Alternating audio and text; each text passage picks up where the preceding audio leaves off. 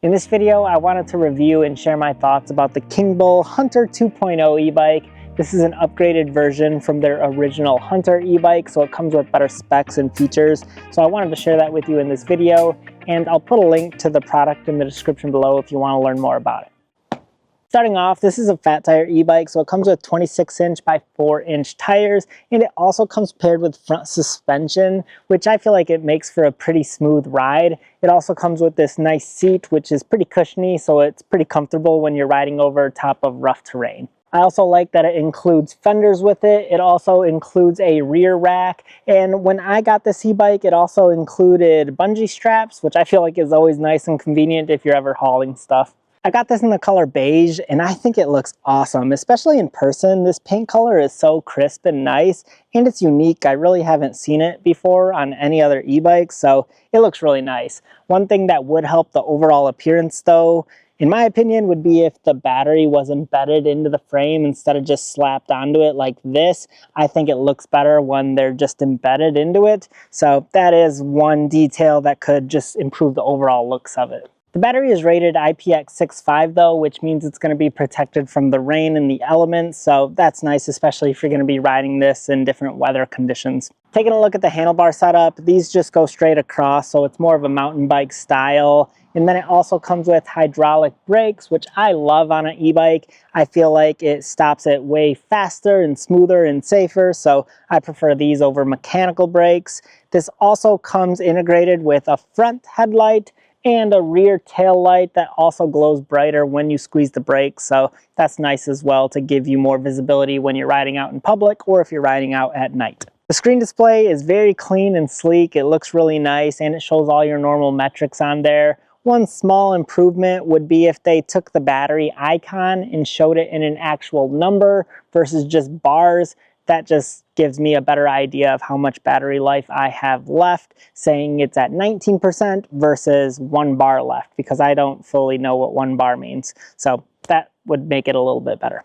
It also comes with a 7-speed Shimano thumb shifter, which I've seen on multiple e-bikes, so nothing fancy here, but it gets the job done. And one thing that I really like about it is when you're traveling at faster speeds on this e-bike, you still have a lot of resistance in your pedals, and that's not always the case with every e-bike. There are some that when you travel at faster speeds, you lose all the resistance and you're kind of ghost pedaling, but with this, it gives you good resistance, so it feels really nice to pedal, and you can choose to use the throttle instead if you don't want to pedal. This is just a twist throttle.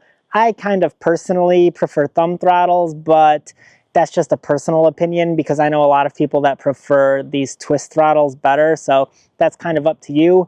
But this e-bike has a top speed of 28 miles an hour, so it does go very fast. So I enjoy the fact that it has a nice 7-speed shifter and there's resistance in the pedals. On their website, it says that it has a max range of 55 miles on one charge, but that's probably like the absolute best you'll get with this. More realistically, you'll probably be around 25 to 40 miles on one trip, depending on how you're riding, if you're going up and down a lot of hills, if you're heavy, if you're a small person, if you're riding it in the grass. All those things dictate your actual range. Also, speaking of the actual riding performance, this has a lot of pep to it, especially in the upfront initial takeoff. When the motor kicks in, you can definitely feel it propel you forward, so it's a little bit zippy in the initial acceleration, but then it kind of smooths out as you get up to speed.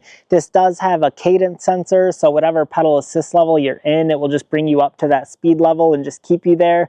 So if you pedal harder or softer, it doesn't really adapt like a torque sensor would.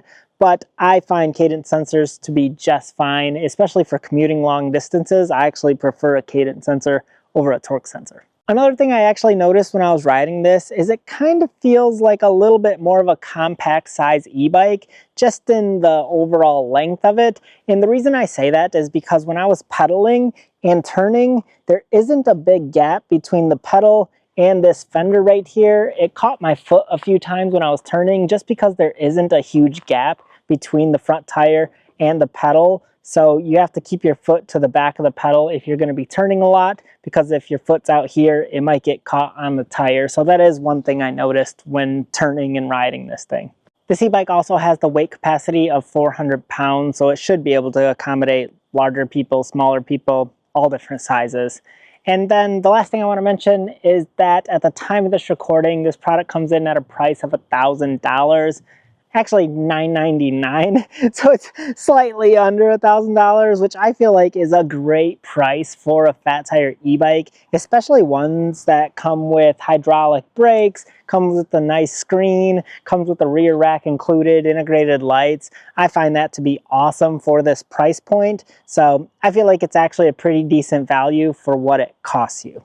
Overall, I've been pretty pleased with this e-bike. I've been having fun taking it out on our trails or taking it out on the road. It's been really fun to ride, and I feel like it comes with a lot of nice features for the price point. I feel like it's a pretty affordable fat tire e-bike, so those are my thoughts about it. If you want to check it out, I'll put a link in the description below, and hopefully this gave you a little bit more insight about the Kingbull Hunter 2.0 e-bike. Thanks for watching.